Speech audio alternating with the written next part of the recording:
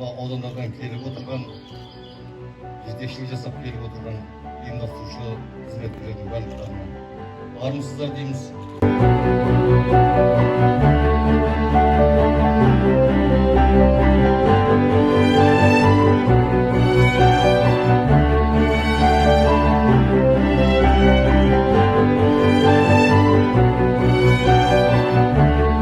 Еліміздің президенті Қасым-Жомарт Кемелұлы Тоқаев 2022 жылды балалар жылы деп белгіледі.